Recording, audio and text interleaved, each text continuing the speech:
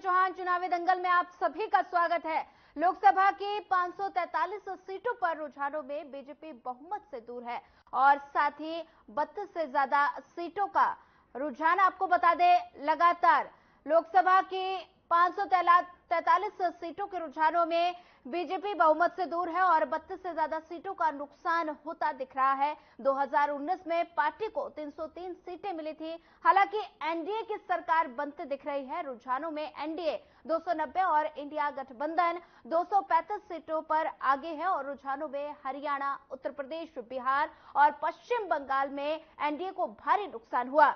प्रदेश में सभी 10 सीटों पर दावा ठोकने वाली बीजेपी सरकार 5 सीटों पर ही सिमट कर रह गई।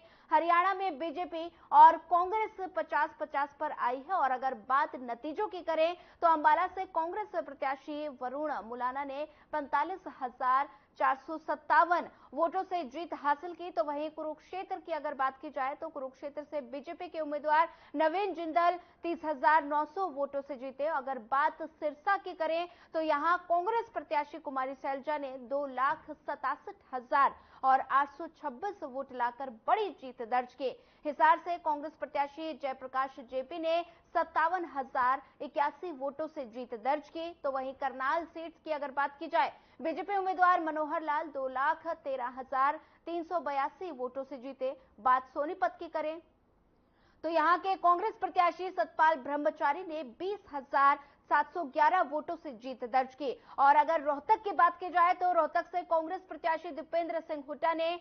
3,21,801 वोटों से जीत दर्ज की है। भिवानी महेंद्रगढ़ से बीजेपी उम्मीदवार चौधरी धर्मवीर सिंह ने 40,689 वोटों से जीत दर्ज की है। अगर बात गुरुग्राम की करें तो बीजेपी उम्मीदवार राव इंद्रजीत सिंह 77,594 और फरीदाबाद से बीजेपी उम्मीदवार कृष्णपाल गुर्जर ने 1,61,961 वोटों से जीत दर्ज की।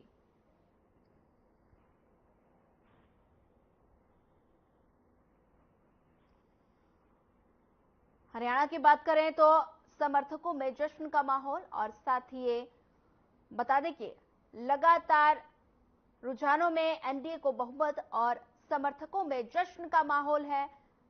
पार्टी कार्यकर्ताओं में जश्न का माहौल है और साथ ही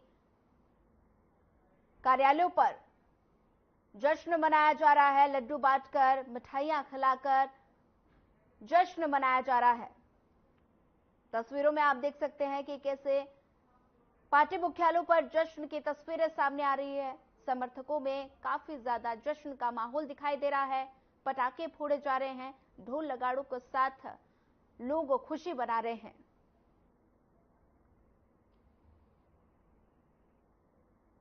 रुझानों में एनडीए को बहुमत और समर्थकों में जश्न का माहौल नजर आ रहा है।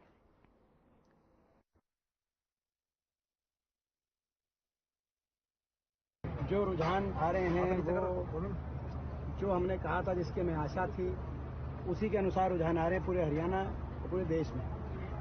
मैं रोहतक लोकसभा क्षेत्र वासियों का, हरियाणा वासियों का बेहद धन्यवाद करता हूं। इतना जो आशीर्वाद जो उन्होंने दिया है वो शुरुआती रुझानों में दिखाई दे रहा है। अभी गिनती चल रही है, इससे आगे मैं कोई भी प्रतिक्रिया नहीं दूंगा। लेकिन मैं समझता हूँ कि आज जिस प्रकार के रुझान है उसको सभी हरियाणा प्रदेश वासियों का, रोहतक वासियों का मैं बहुत बहुत दिल से धन्यवाद करता हूँ। लोकतंत्र, उस लोकतंत्र का पर्व ये संपन्न हुआ और आज 4 जून को देश भर में इसके परिणाम वो निकाले जा रहे हैं। काफी परिणाम एक प्रकार से अब संपन्न हो गए हैं। जो अनुमान थे सुबह वो भी फाइनलिटी की तरफ बढ़ रहे हैं। कहीं कहीं कुछ राउंड बाकी हैं और मुझे लगता है कि आज सायंकाल तक पूरी पिक्चर स्पष्ट हो जाएगी। इनका तो मैं कह सकता हूं कि प्राय क्लियर है। एक सीट अभी बहुत थोड़े मार्जिन में और एक बड़ा विश्वास ये नरेंद्र मोदी जी की नीति और मनोहर लाल जी ने जो 9.5 वर्षों तक हरियाणा की ईमानदारी से सेवा की है, ये उसका परिणाम है। लोगों ने बढ़ चढ़ करके इस चुनाव के अंदर हिस्सा लिया और बड़े मैंडेट के साथ जितवाने का काम किया है। आदरणीय नरेंद्र मोदी जी के नेतृत्व में हरियाणा में हम आगे भी मजबूती से, जिस गति से हरियाणा का विकास हो रहा था मोदी जी के नेतृत्व में, उस गति से हरियाणा को आगे बढ़ाने का काम निरंतर जारी रहेगा। अब ये जिम्मेवारी हमारी है और हम मिलकर के मोदी जी के नेतृत्व में प्रदेश को आगे बढ़ाने का काम करेंगे और ईमानदारी से जिस प्रकार से मनोहर लाल जी ने 9.5 वर्षों तक हरियाणा प्रदेश की सेवा की है।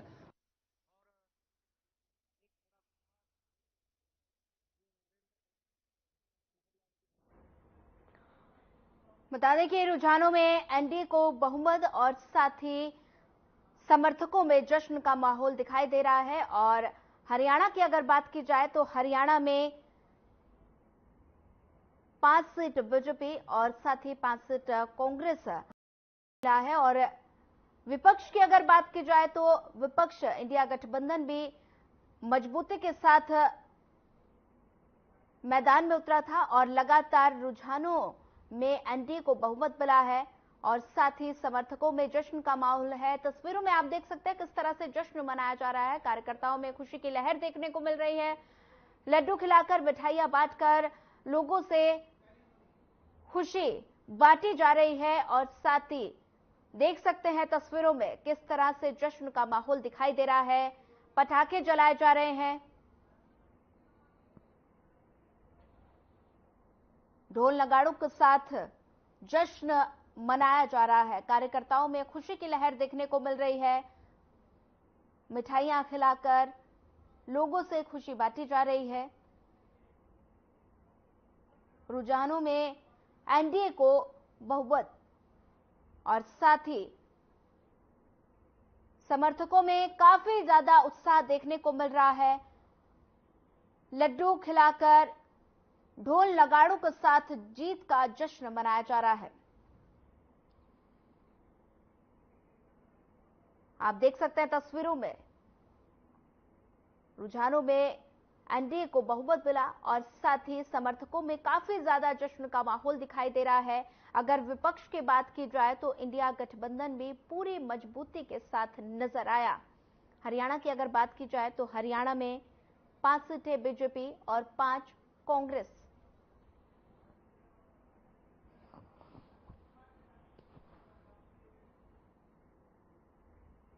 चलिए सीधे रुक कर लेते हैं मेहमानों की ओर।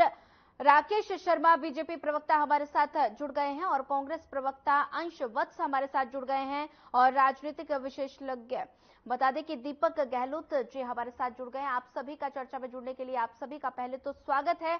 सबसे पहले मैं रुक करना चाहूंगी बीजेपी प्रवक्ता राकेश जी का। शर्मा जी, क्या लगता है 400 पार का नारा था और 300 पर भी सिमट कर रह गए, क्या लगता है कहां कमी रहेगी? सबसे पहले तो हर खबर के सभी दर्शकों को मेरा नमस्कार जी। देश के मतदाताओं को मेरा आभार, नमस्कार। देखिए, भारतीय जनता पार्टी ने 400 का लक्ष्य रखा। ये ठीक बात है कि हम लक्ष्य को नहीं पा पाए, फिर भी एनडीए के 295 सीटों पर एनडीए आगे है और नरेंद्र मोदी जी के नेतृत्व में तीसरी बार भारतीय जनता पार्टी की सरकार, एनडीए की सरकार देश में बनने जा रही है। 10 साल के शासन के बाद भी जहां हम 295 सीटों पर हैं, वही मैं थोड़ा आपको याद दिला दूं कि 2005 के बाद जब 2009 का चुनाव था तो जो यूपीए को 262 सीटें मिली थी और कांग्रेस को 206 सीटें मिली थी। वहीं आज भारतीय जनता पार्टी 242-41 सीटों पर है और एनडीए 295 सीटों पर आगे चल रहा है। ये बात ठीक, हमने लक्ष्य रखा, लक्ष्य के लिए पार्टी ने भी काम किया। नरेंद्र मोदी जी के नेतृत्व में कार्यकर्ताओं ने पराकाष्ठा, मेहनत की पराकाष्ठा के साथ काम किया। बहुत से नैरेटिव देश में गढ़े गए, बहुत सी चीजें हुई, पूरे चुनाव में सब लोगों ने देखा। और जनता जनार्दन होती है, जनता भगवान का रूप होती है। जनता ने जो मैंडेट दिया है हम इसको सिरोधार्य करते हैं और अभी बहुत सी सीटें ऐसी हैं जिन पर अभी काउंटिंग चली रही है। निश्चित तौर पर जो जनता का मैंडेट है हम उसको स्वीकार करते हैं, सबको स्वीकार करना भी चाहिए। हम कांग्रेस की तरह नहीं करेंगे कि कांग्रेस जब कोई चीजें पक्ष में है तो अच्छा है और पक्ष में नहीं है तो उस चीज का विरोध करना, क्योंकि जनता जनार्दन है, लोकतंत्र विश्व का सबसे बड़ा लोकतांत्रिक देश है। हमने मेहनत की, हमने डिलीवर करने की कोशिश की, हमने विकसित भारत के लिए काम किया, पार्टी ने काम किया, नरेंद्र मोदी जी ने दिन रात काम किया। उसके बावजूद भी कहीं ना कहीं ये चीजें जो आप कह रहे हैं हम लक्ष्य पर नहीं पहुंच पाए। निश्चित तौर पर पार्टी इस पर चिंतन करेगी, मनन करेगी, मंथन करेगी और इसको कैसे ठीक किया जा सकता है, कहाँ कहाँ कमियां रही हैं। क्योंकि आज तो अभी सब कुछ चल ही रहा है, इतनी जल्दी किसी भी विश्लेषण पर उस पर पहुंचा नहीं जा सकता। हाँ, कहीं ना कहीं कुछ चीजें हैं जो हम विपक्ष जिन चीजों को फैला पाया, हम उन चीजों को कहीं ना कहीं नहीं रोक पाए होंगे। कोई ना कोई सीटों का अलग अलग सीटों पर समीकरण भी होता है, अलग अलग प्रदेश की अलग अलग परिस्थिति भी होती है। परंतु भारतीय जनता पार्टी इस मैंडेट को, जो जनता ने मैंडेट दिया है, उसको स्वीकार करते। आज भी 10 साल के बाद भी भारतीय जनता पार्टी एनडीए की सरकार तीसरी बार चुन करके आ रही है। ये कोई छोटी बात नहीं है, लगातार तीसरी बार सरकार का चुन करके आना। नेहरू जी ने ही तीसरी बार शपथ ली थी, क्या मोदी जी तीसरी बार शपथ लेंगे? ये अपने आप में बहुत बड़ी बात है। वहीं दूसरी तरफ ये जो सारा मैंडेट जो सुबह से हम देख रहे हैं, उसमें एक चीज बड़ी वो लगी कि जिस प्रकार से कांग्रेस के मुख्यालयों में आपके अलग अलग चैनलों पर एंकर्स ने भी इस विषय को उठाया कि कांग्रेस जश्न किस चीज का मना रही है। अभी 3 डिजिट में भी आप लोग आए नहीं हो और देश की सबसे पुरानी पार्टी जिसने इतने वर्षों तक राज किया, और वो पार्टी जश्न किस चीज का मना रही है। ये बहुत से चैनलों के एंकर बंधु भी, उनके भी सवाल थे, भैया जश्न आप किस चीज का मना रहे हैं? भारतीय जनता पार्टी तो तीसरी बार सरकार में आ गई, एनडीए तीसरी बार सरकार में आ गया, मोदी जी तीसरी बार शपथ लेंगे। ठीक है, हमने एक बड़ा लक्ष्य तय किया था, हम उसको हासिल नहीं कर पाए, कहीं ना कहीं चूक रही होगी, उस पर हम चिंतन मनन करेंगे। हमारे पार्टी के वरिष्ठ नेता, हमारे पार्टी का शीर्ष नेतृत्व इस पर चिंतन करेगा और उसको आगे बढ़ेंगे। क्योंकि भारतीय जनता पार्टी का कार्यकर्ता या तो जीतता है या सीखता है, हर चीज से कोई ना कोई सीख मिलती है, पता लगता है। ठीक है, शर्मा जी बने रहिए हमारे साथ। रुक कर लेते हैं कांग्रेस प्रवक्ता अंश जी का। अंश जी, 2019 की अगर बात की जाए तो 2019 में विधानसभा चुनाव में कम मार्जिन से सरकार बनाने से आप लोग चूक गए थे। क्या लगता है इस बार जो लोकसभा के चुनाव के नतीजे जो सामने आ रहे हैं, क्या जीत का रास्ता खोल दिया गया है? क्या लगता है? देखिए, जैसे भाजपा के प्रवक्ता ने बात किया कि हमने बहुत बड़ा लक्ष्य रखा था, ठीक है, हम उस मैंडेट को नहीं छू पाए। बात सवाल इस चीज को लेकर नहीं है कि आपने बड़ा लक्ष्य रखा था और आप उस मैंडेट को नहीं छू पाए। आप खुशी किस चीज को लेकर बना रहे हैं? दोस्तों, अगर आपकी 70 सीटें अगर भाजपा की अकेली आती और भाजपा अपनी खुद की बहुमत के दम पर अगर सरकार बनाने के सक्षम होती और 300 पार अगर जाता एनडीए का, तो ये अगर जीत मनाते तो खुशी होती। आज स्थिति ये है कि भाजपा आज नीतीश कुमार जी को ढूंढने की कोशिश कर रही है कि अगर नीतीश कुमार जी अगर इनका साथ छोड़कर अगर चले गए, इनकी सरकार तो अलमत में आ जाएगी, क्या करेंगे उसके बाद? और नीतीश कुमार जी का जो ट्रैक रिकॉर्ड है वो तो सब जानते हैं, वो कब किसके हो जाते हैं। मैं तो सुबह से देख रहा था, जब से 290 एनडीए शो हो रहा था, तब से एक जोक तो बड़ा फेमस हो रहा था कि नीतीश सबके हैं। तो अगर नीतीश जी अगर इनका साथ छोड़ के चले गए तब क्या करेंगे? आज बात यह है कि इन्होंने बात किया कि कई नैरेटिव्स जो है वो गढ़े गए हैं। मैं ऐसा मानता हूं कि हाँ, कई नैरेटिव्स जो है वो गढ़े गए हैं। जैसे कि बेरोजगारी की बात हो, जनता ने आज हरियाणा में देखा है कि किस प्रकार से 45% में सबसे ज्यादा बेरोजगारी है। आज डबल इंजन की सरकार बेरोजगारी की समस्या को दूर नहीं कर पाई। किस प्रकार से किसानों का आंदोलन था, उस वक्त खट्टर जी की क्या प्रतिक्रिया रही थी, उसको जनता किसानों ने देखा और तमाम ऐसे महंगाई के मुद्दे थे और उसकी बदौलत जो है आज उनको 5-5 कम रेशियो जो देख पा रहे हैं, तो ये है। तो आप देखेंगे कि जब 2019 का लोकसभा का चुनाव हुआ था, उस बीच में भाजपा ने प्रचंड जीत दर्ज की थी, यहाँ से 10 की 10 सीटें जीते थे। और उसके बाद जब विधानसभा का चुनाव हुआ था तब सीटें जो 30 वो कांग्रेस के पाले में आई थी।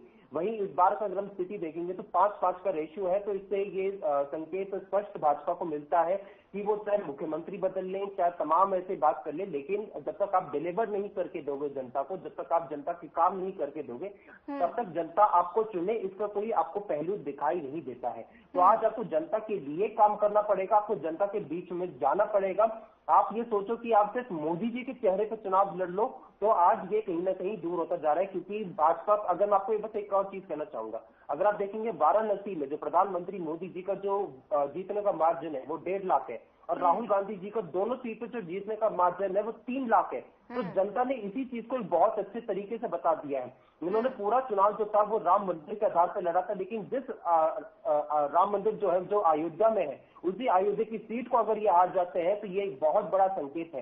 ये अयोध्या जिस प्रदेश में, उत्तर प्रदेश है, अगर वहां पे 40 से ज्यादा सीटें अगर इंडिया गठबंधन लाता है और भाजपा जो है एनडीए उसको 30 सीट 30 और 35 की बीच रेंज में अपने आप को समझौता करना पड़ रहा है, तो एक बहुत बड़ा संदेश जो है वो जनता दे रही है कि आप सिर्फ और सिर्फ धर्म जाति के आधार पर ये चुनाव नहीं लड़ सकते हो। आपको ये बताना पड़ेगा कि आप जनता को इन बीते 10 साल में क्या देने वाले थे, आपने क्या करके दिया है, और आगे की आपकी क्या रूपरेखा है, उसको लेकर आज तक ये जनता के बीच में नहीं जा पाए। प्रधानमंत्री के आप तमाम बयान को देख लीजिए, उन्होंने सिर्फ और सिर्फ ध्रुवीकरण की बात की है, और आज भी अगर आप देखेंगे ये सिर्फ और सिर्फ अपने अहंकार में डूबे हुए हैं जी। इन्होंने तमाम बातें की थी, बस एक लास्ट चीज कहना चाहूंगा, इन्होंने पूरे चुनाव में तमाम बातें की थी। अगर मेरे को अभी भी याद है किस प्रकार से अमेठी से एक स्पीच थी जहाँ पे स्मृति ईरानी जी ने कहा था कि यहाँ से तो कांग्रेस पार्टी के प्यून को खड़ा कर दिया, उन्होंने प्यून शब्द का प्रयोग किया था। आज स्थिति ये कि उन्हीं प्यून ने आज स्मृति ईरानी जी को हरा दिया है। तो आज ये भाजपा की स्थिति है, आज किसान इनके पक्ष में नहीं है। इसका जवाब है कि ये मिल गया कि आपने जिस अजय मिश्रा सैनी को आपने टिकट दिया था लखीमपुर खीरी से, आज वो अपना चुनाव हार गए, जिनके बेटे ने किसानों के ऊपर गाड़ी चलाने का काम किया था। तो ये सारी जो बातें हैं ये बहुत कुछ बयां करती हैं। तो जो तमाम आरोप भी लगे थे बाकी पार्टी द्वारा, जैसे इनेलो है, जजपा है, कि सीट फिक्सिंग की गई है हरियाणा में, कांग्रेस और बीजेपी के बीच में हमने कमजोर कैंडिडेट उतारे, कहीं ना कहीं इससे ये भी स्थिति स्पष्ट हो रही है कि जो तमाम उन्होंने आरोप लगाए थे कांग्रेस के ऊपर, और जो भाजपा तमाम आरोप लगाते कि हमारा कहीं ना कहीं संगठन आज कमजोर है, तो कहीं ना कहीं इन सारे पहलुओं पे आज भाजपा को चिंतन करने की जरूरत है, क्योंकि इस बीच में भी हम 5-5 के रेशियो पे लाकिन को खड़ा कर दिया है।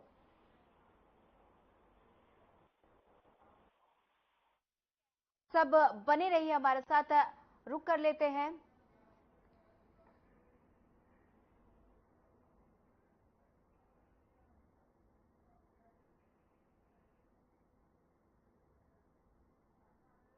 ठीक है, सीधा चलते हैं बीजेपी मुख्यालय, जहां पर प्रधानमंत्री नरेंद्र मोदी जनसभा को संबोधित कर रहे हैं। क्या कुछ कह रहे हैं, आइए आपको सुनाते हैं।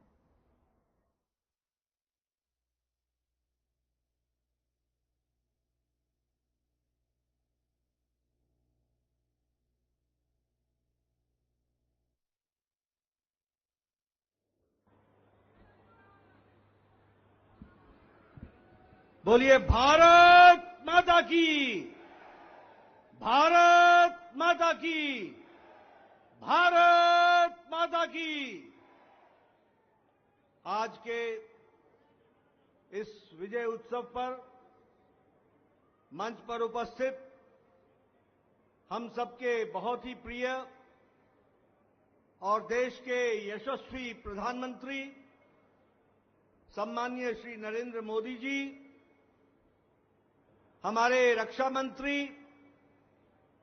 आदरणीय राजनाथ सिंह जी, हमारे गृह मंत्री श्री अमित भाई शाह जी, और यहां उपस्थित इतनी बड़ी संख्या में इस विजय उत्सव में आए हुए हमारे सभी समर्थक, कार्यकर्ता बंधु, मीडिया के मेरे साथी, प्रिंट मीडिया और इलेक्ट्रॉनिक मीडिया के मेरे साथी, और देश भर से टेलीविजन के माध्यम से जुड़े हुए हमारे करोड़ों कार्यकर्ता और भारत की यशस्वी जनता, आज ये बहुत ही खुशी का विषय है कि आज इस धन्यवाद मोदी जी को देने के लिए और विजय उत्सव मनाने के लिए इतनी बड़ी संख्या में उत्साह के साथ आए हुए हैं कार्यकर्ता। आप सब लोगों की तरफ से और भारतीय जनता पार्टी के लाखों कार्यकर्ताओं की ओर से सबसे पहले इस कार्यक्रम में मैं आदरणीय प्रधानमंत्री मोदी जी का हार्दिक अभिनंदन करता हूं, स्वागत करता हूं।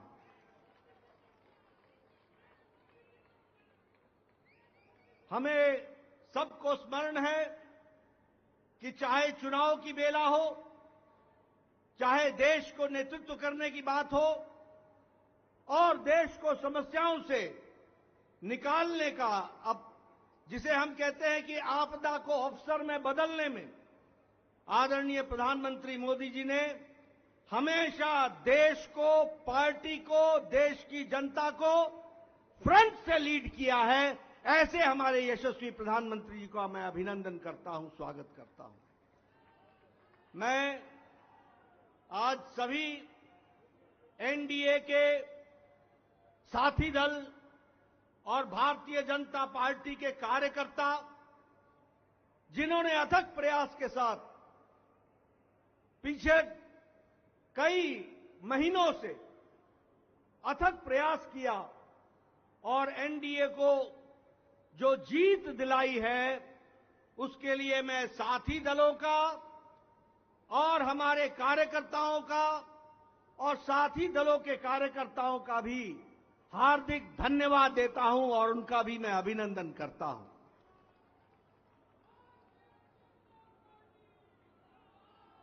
मैं भारतीय जनता पार्टी की ओर से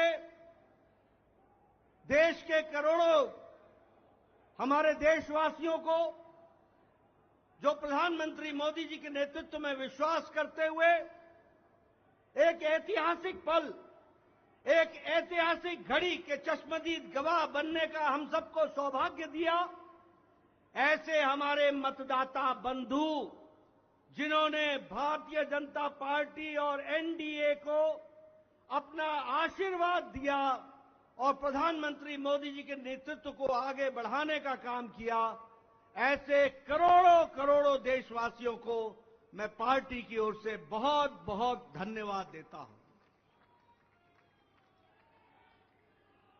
हम जानते हैं देश ने एक नई करवट राजनीति में ली और एक नया इतिहास रचा है 2014 के पश्चात। हम जानते हैं कि 2014 के बाद मोदी जी के नेतृत्व में एक मजबूत सरकार बनकर के आई, मजबूत सरकार, और हमने देखा कि इस मजबूत सरकार को 2019 में फिर से भारत की जनता का आशीर्वाद मिला और देश के चाहे कोई आपदा आई, चाहे समस्याएं आई, चाहे गरीबों के उत्थान के विषय थे, प्रधानमंत्री मोदी जी की नीतियों को फिर से 2024 में आशीर्वाद देते हुए इस ऐतिहासिक घड़ी को हम देख रहे हैं, जब प्रधानमंत्री मोदी जी तीसरी बार लगातार प्रधानमंत्री बन रहे हैं। इस बात को भी हमने देखा, ये भी हम इसके अभी हम साक्षी हैं। मित्रों,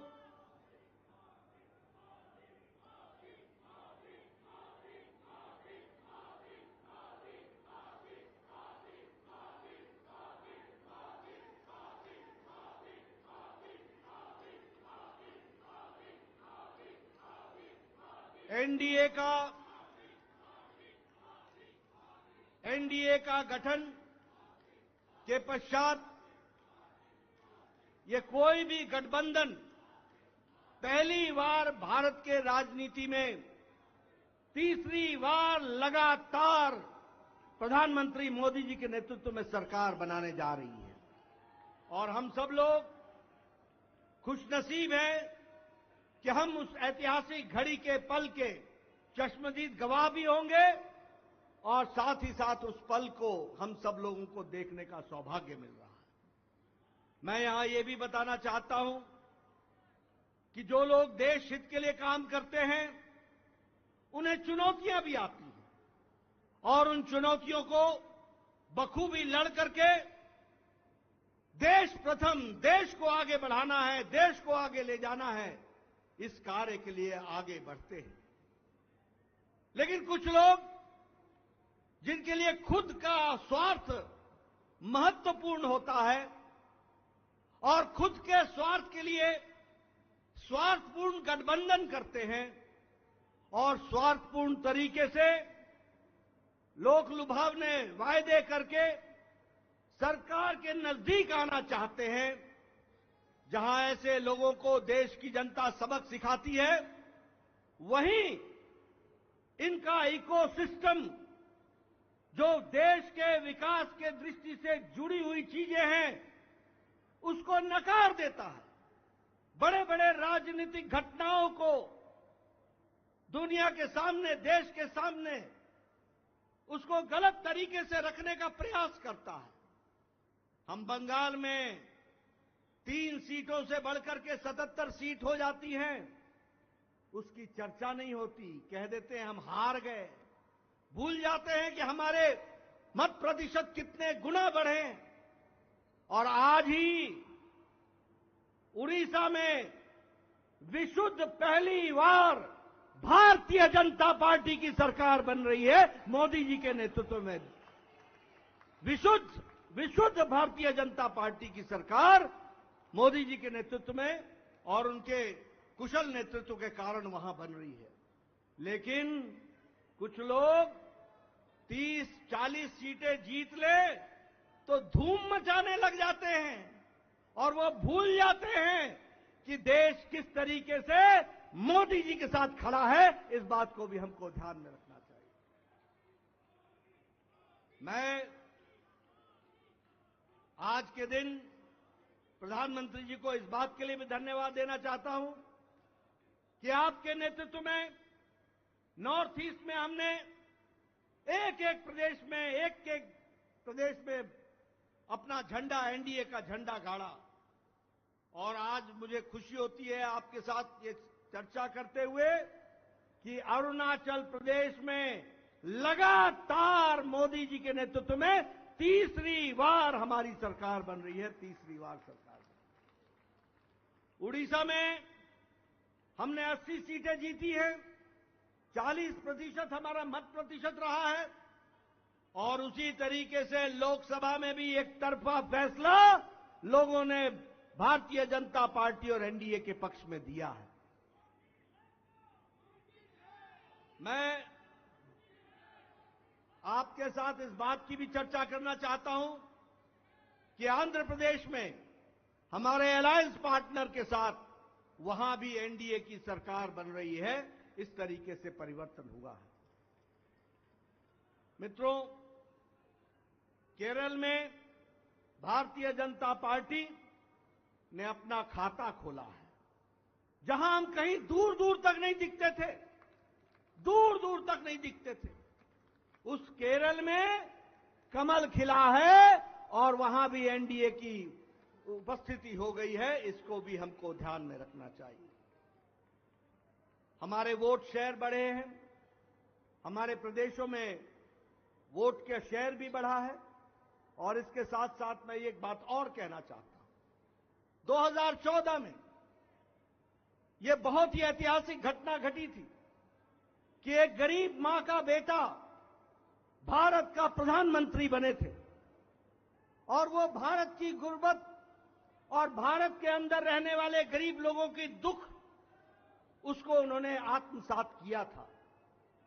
वो जानते थे गरीबी क्या है, वो जानते थे कि गरीबों का नेतृत्व करने की क्या आवश्यकता है, वह जानते थे कि देश को किस तरीके से आगे बढ़ाना है। और मुझे याद है कि 2014 में जब एनडीए की सरकार बनी तो आपने उस समय कहा था, मेरी सरकार गांव को, गरीब को, वंचित को, पीड़ित को, शोषित को, दलित को, महिला को, युवा को, किसान को समर्पित रहेगी और उनके विकास के लिए हम काम करेंगे। आज हम गौरव के साथ कह सकते हैं कि आज आयुष्मान भारत में 50 करोड़ लोगों को दुनिया का सबसे बड़ा हेल्थ कवरेज मिल रहा है।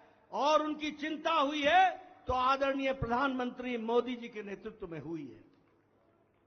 और आगे 30 में इस देश का कोई भी नागरिक जो 70 साल से ऊपर का होगा उसको भी आयुष्मान भारत का कार्यक्रम से जोड़ा जाएगा। इस बात को हमको ध्यान रखना। उसी तरीके से चाहे बहनों को गैस का चूल्हा पहुंचाना हो, गैस का सिलेंडर पहुंचाना हो, हर घर नल, हर घर जल, इसकी व्यवस्था करनी हो, हमारे भाइयों को बहनों को बैंक से जोड़ना हो, ये सारे काम प्रधानमंत्री मोदी जी के नेतृत्व में हुई और गरीब की चिंता की गई, गरीब की चिंता की गई।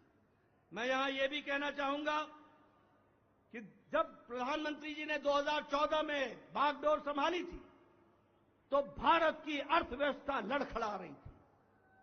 भारत की अर्थव्यवस्था के साथ साथ बैंकिंग व्यवस्था ये बिल्कुल लड़खड़ाई हुई थी, एक तरीके से ढह गई थी। और भारत देश की अर्थव्यवस्था के साथ साथ बैंकिंग व्यवस्था जब लड़खड़ाई तो दुनिया में भी हमारी अर्थव्यवस्था की ताकत कम हुई।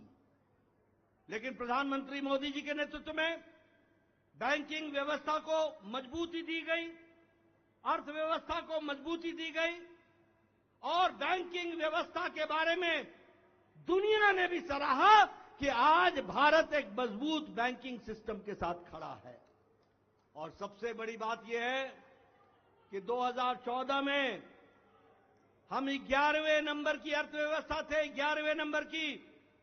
आज हम मोदी जी के नेतृत्व में सुदृढ़ तरीके से 5वें नंबर की अर्थव्यवस्था है और मोदी 30 में तीसरी बार प्रधानमंत्री बन रहे हैं। भारत की अर्थव्यवस्था तीसरे नंबर की होने जा रही है, इसको भी हमको ध्यान में रखना चाहिए। प्रधानमंत्री मोदी जी के नेतृत्व में गांवों को मजबूती मिली, गरीबों को ताकत मिली, दलितों को सम्मान मिला, युवाओं की आशाएं और आकांक्षाओं को पूरा किया, महिलाओं को सम्मान दिया और किसानों को मुख्य धारा में लाने का काम किया और वंचित पीड़ित लोगों को विश्वास के साथ आगे बढ़ाने का काम किया। ये 10 साल का परिवर्तन हम सब लोगों को देखने को मिला है। मैं यहां यह भी कहना चाहता हूं कि विपक्ष नकारात्मक सोच, नेगेटिव सोच के साथ काम करता रहा। कोई भी सकारात्मक 10 साल में कोई भी सकारात्मक योगदान विपक्ष का नहीं रहा है। और मैं तो यह भी कहूंगा कि अभी भी उनको गुमान है, अभिमान है कि देश में एक ही परिवार राज करने लायक है, यानी रस्सी आपने बारंबार जलाई, रस्सी जल गई पर बल नहीं गया, इस तरीके का इनका व्यवहार रहा है।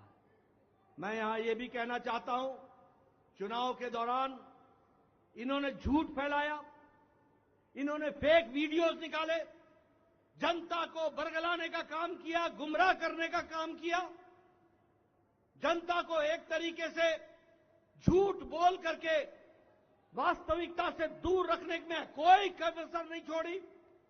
और सबसे बड़ी बात यह है कि इन्होंने चुनाव में प्रजातांत्रिक मर्यादाओं को भी ताक पर रखा। प्रधानमंत्री मोदी जी के लिए अपशब्द कहे, गालियां दी, एक बार नहीं अनेकों बार। ये विपक्ष का बौखलाहट बोलता है, ये विपक्ष की खिसियाहट बोलती है, ये विपक्ष का बारंबार हार देखने के कारण ये नतीजा हम सबको देखने को मिलता है। और ये अवसरवादी गठबंधन यह जिस तरीके से काम करता रहा है, लोगों ने इसको बारंबार खारिज किया है और 2024 में भी इनको खारिज किया, यह भी हम सबको मालूम है। ये तीसरी बार हार का सामना कर रहे हैं और इसके कारण ये बौखला गए हैं। मेरी इनको सलाह है कि आप अब अपना आत्मनिरीक्षण कीजिए, सेल्फ इंट्रोस्पेक्शन कीजिए। समय आ गया है कि बारंबार आपको भारत की जनता क्यों आपको गिरा रही है, क्यों आपका साथ नहीं दे रही है, इसका आपको इंट्रोस्पेक्शन करने की आवश्यकता है।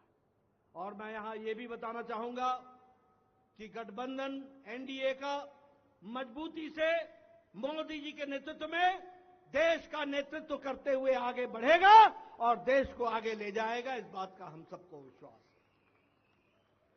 मैं यहां प्रधानमंत्री मोदी जी और आपके बीच में ज्यादा समय नहीं रहूंगा, लेकिन प्रधानमंत्री जी, आपको मैं विश्वास दिलाना चाहता हूं कि एनडीए का एक एक कार्यकर्ता, हमारी पार्टी का एक एक कार्यकर्ता, जो आप हर पल, हर घड़ी, हर दिन, हर महीने, हर वर्ष पूरी ताकत के साथ देश की सेवा में जुटे हैं, मैं आपको विश्वास दिलाता हूं कि आपके नेतृत्व में एनडीए का एक एक कार्यकर्ता भारत को सामर्थ्यवान बनाने के लिए, सक्षम बनाने के लिए, आत्मनिर्भर बनाने के लिए, समृद्ध बनाने के लिए कोई कसर नहीं छोड़ेगा और आपके नेतृत्व में उसको हम सपना को पूरा करेंगे और हम विकसित भारत की ओर आगे बढ़ेंगे। मैं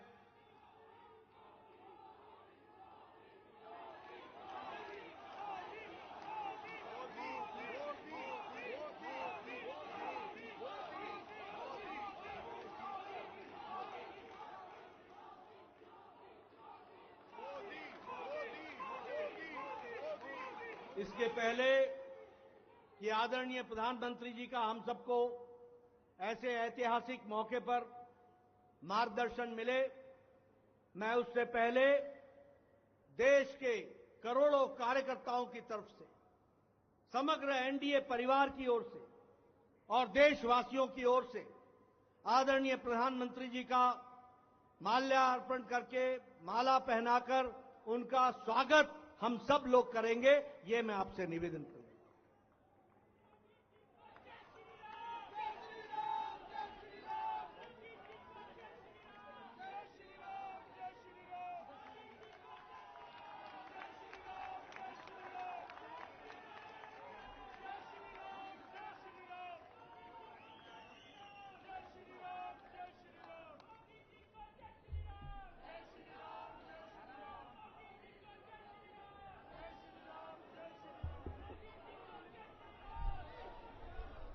स्वागत है भाई, स्वागत है, स्वागत है भाई, स्वागत है, स्वागत है भाई, स्वागत है। मैं आदरणीय प्रधानमंत्री से निवेदन भारत माता की जय जगन्नाथ, जय जगन्नाथ।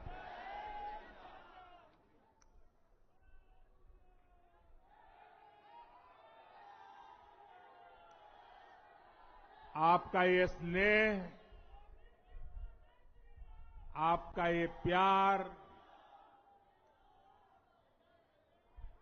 इस आशीर्वाद के लिए मैं सभी देशवासियों का ऋणी हूं। आज बड़ा मंगल है और इस पावन दिन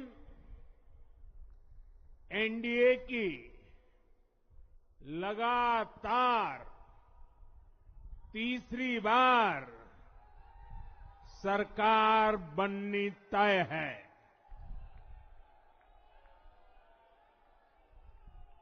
हम सभी जनता जनार्दन के बहुत आभारी हैं। देशवासियों ने भाजपा पर, एनडीए पर पूर्ण विश्वास जताया है।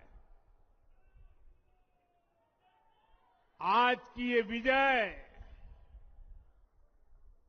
दुनिया के सबसे बड़े लोकतंत्र की जीत है। ये भारत के संविधान पर अटूट निष्ठा की जीत है। ये विकसित भारत के प्रण की जीत है। ये सबका साथ, सबका विकास, इस मंत्र की जीत है। ये 140 करोड़ भारतीयों की जीत है। भाइयों और बहनों, मैं आज देश के चुनाव आयोग का भी अभिनंदन करूंगा। चुनाव आयोग ने दुनिया का सबसे बड़ा चुनाव इतनी कुशलता के साथ संपन्न कराया। करीब 100 करोड़ मतदाता, 11 लाख पोलिंग स्टेशन, 1.5 करोड़ मतदान कर्मी, 55 लाख वोटिंग मशीनें, हर कर्मचारी ने इतनी प्रचंड गर्मी में अपने दायित्व को बखूबी निभाया। हमारे सुरक्षा कर्मियों ने अपने कर्तव्य भाव का शानदार परिचय दिया। भारत के चुनाव प्रोसेस, चुनाव के इस पूरे सिस्टम और चुनाव प्रक्रिया की क्रेडिबिलिटी पर हर भारतीय को गर्व है। इस स्केल पर चुनाव का, इस एफिशिएंसी के साथ चुनाव का दुनिया में कहीं कोई उदाहरण नहीं है। और मैं देशवासियों को कहूंगा, मैं इन्फ्लुएंसर्स को कहूंगा, मैं ओपिनियन मेकर्स को कहूंगा कि भारत की लोकतंत्र में ये चुनावी प्रक्रिया की ताकत है, एफिशिएंसी है। ये अपने आप में बहुत बड़ा गौरव का विषय है। भारत की पहचान को 4 चांद लगाने वाली बात है। और ऐसे जो भी लोग हैं जो दुनिया में अपनी बात पहुंचा सकते हैं, उन सबसे मैं आग्रह करूंगा कि भारत के लोकतंत्र के इस सामर्थ्य को विश्व के सामने बड़े गर्व के साथ हमें प्रस्तुत करना चाहिए। इस बार भी भारत में जितने लोगों ने मतदान किया, वो अनेक बड़े लोकतांत्रिक देशों की कुल आबादी से भी ज्यादा है। जम्मू कश्मीर के मतदाताओं ने इस चुनाव में रिकॉर्ड वोटिंग कर अभूतपूर्व उत्साह दिखाया है और दुनिया भर में भारत को बदनाम करने वाली जो ताकतें हैं, उनको आईना दिखा दिया है। मैं देश के हर मतदाता को, जनता जनार्दन को विजय के इस पावन पर्व पर आदरपूर्वक नमन करता हूं। मैं देश भर के सभी दलों, सभी उम्मीदवारों का भी अभिनंदन करता हूं।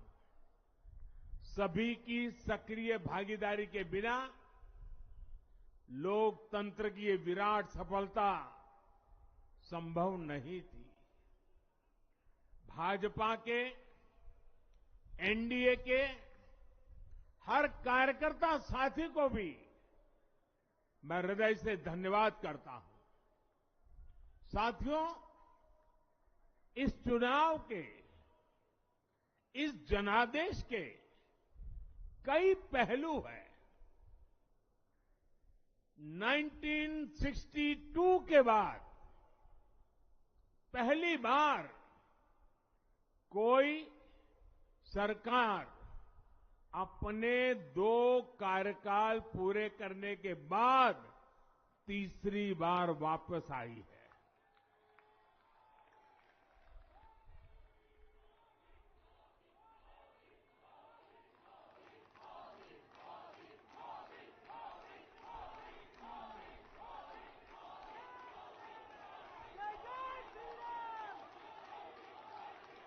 राज्यों में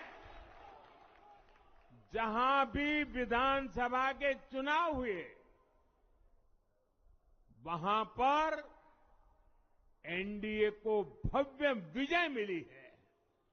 चाहे वो अरुणाचल प्रदेश हो, आंध्र प्रदेश हो, उड़ीसा हो या फिर सिक्किम। और इन राज्यों में कांग्रेस का सुपड़ा साफ हो गया है।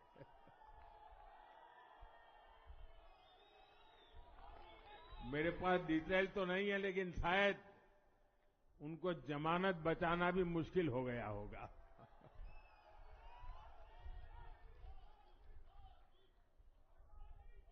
भाजपा उड़ीसा में सरकार बनाने जा रही है और लोकसभा चुनाव में भी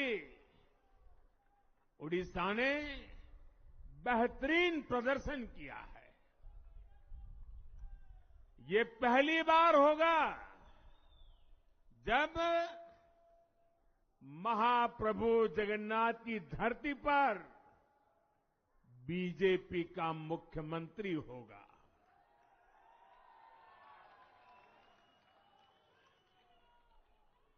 बीजेपी ने केरला में भी सीट जीती है। हमारे केरल के कार्यकर्ताओं ने बहुत बलिदान दिए हैं।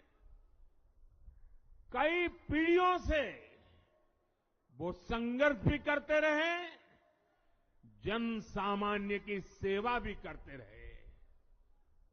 और पीढ़ियों से, मैं सालों से नहीं कह रहा हूं, पीढ़ियों से जिस क्षण का इंतजार किया वो आज सफलता को चूमने लगी है।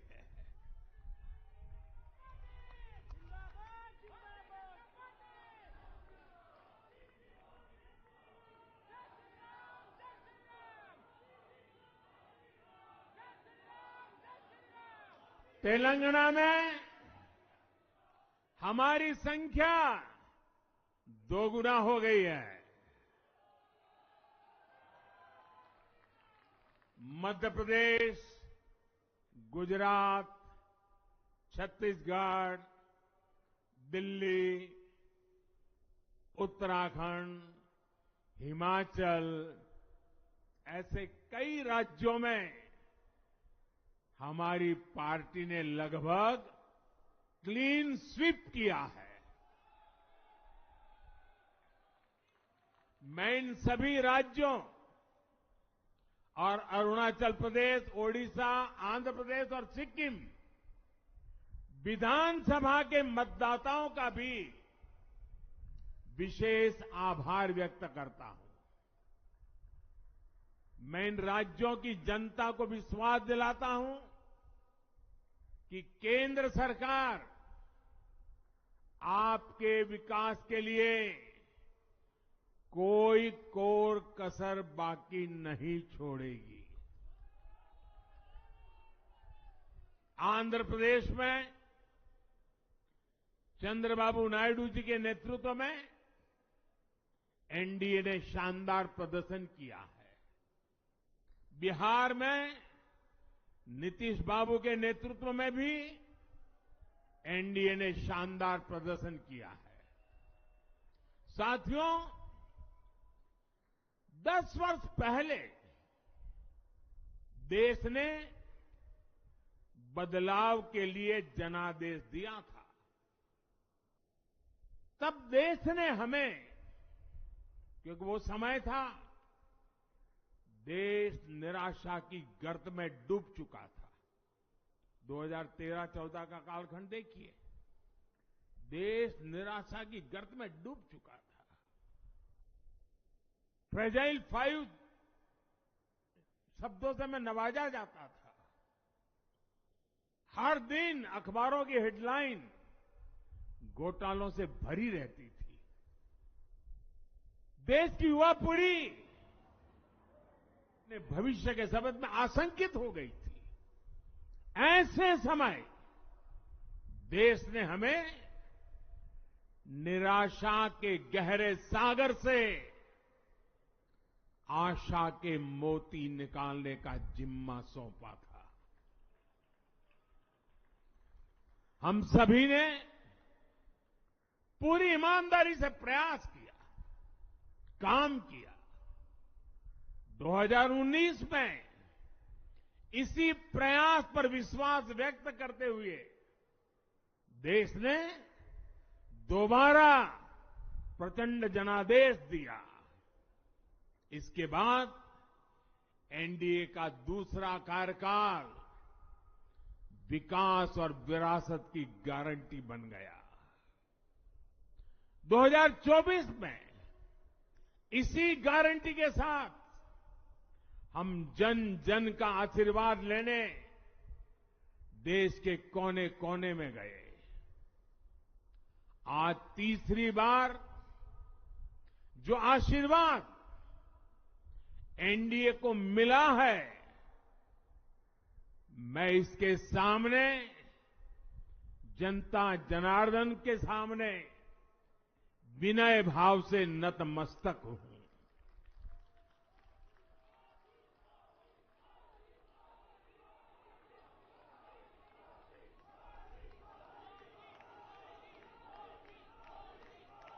साथियों,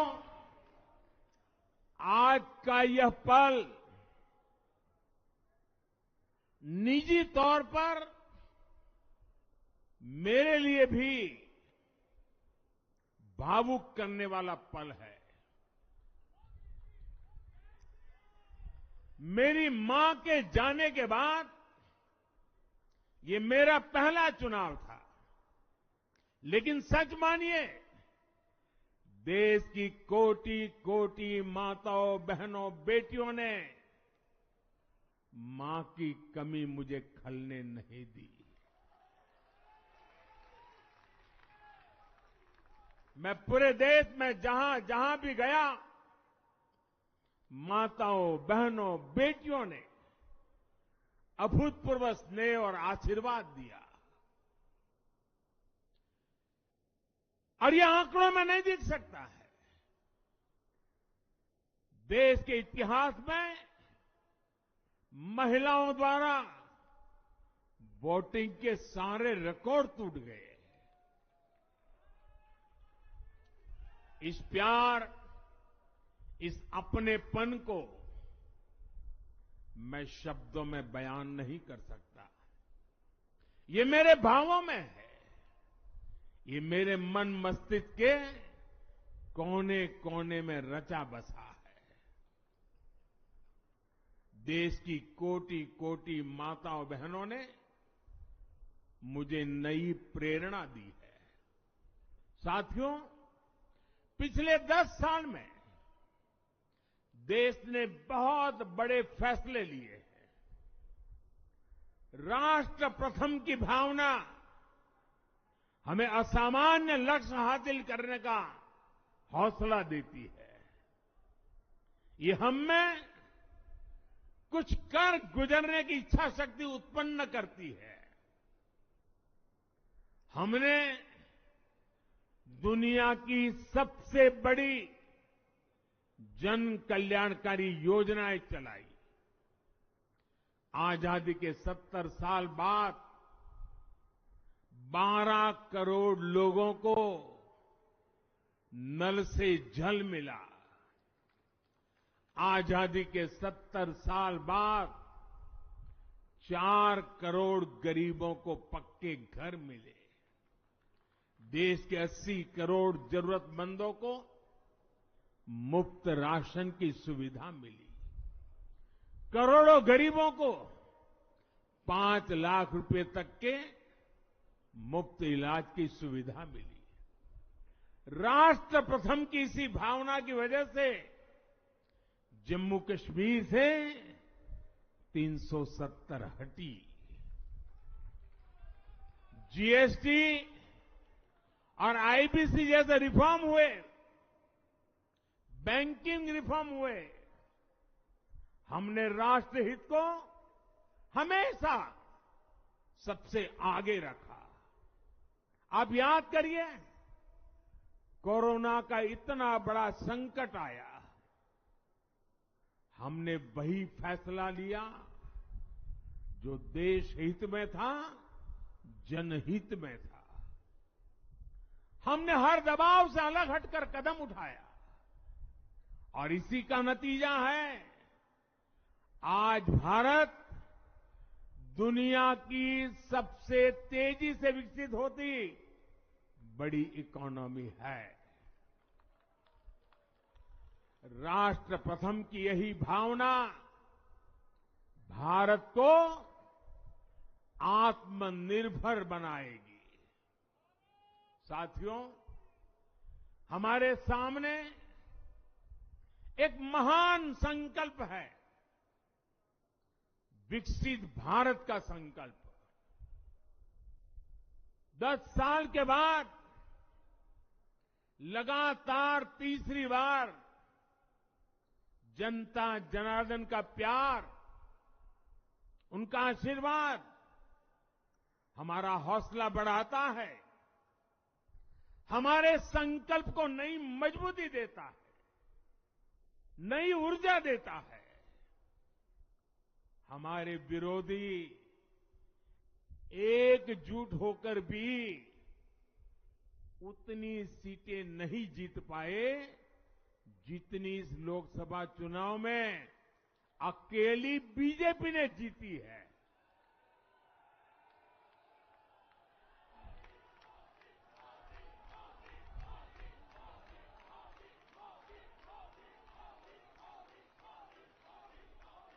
मैं देश के कोने कोने में उपस्थित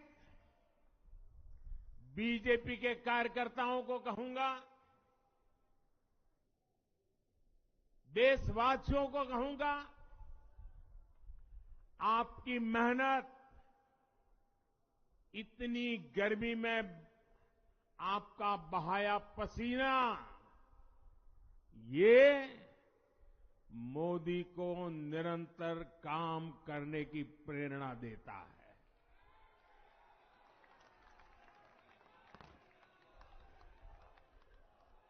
और मैं देशवासियों का दोबारा दोहराना चाहता हूं, अगर आप 10 घंटे काम करेंगे तो मोदी 18 घंटे काम करेगा।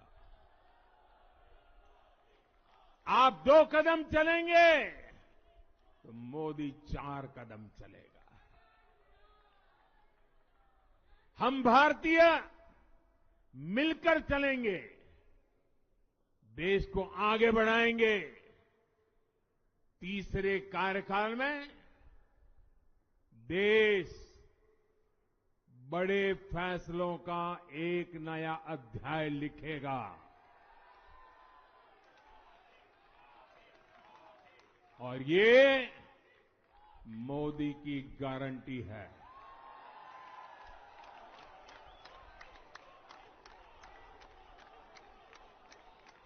साथियों,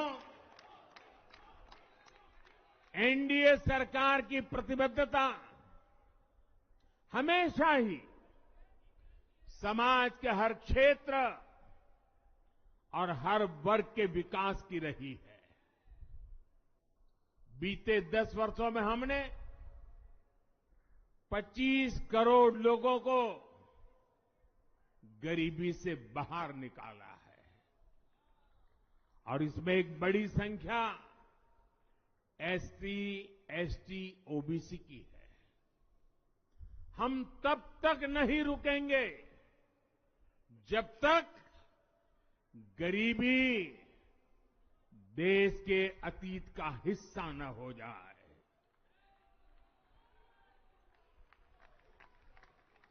वुमेन लेड डेवलपमेंट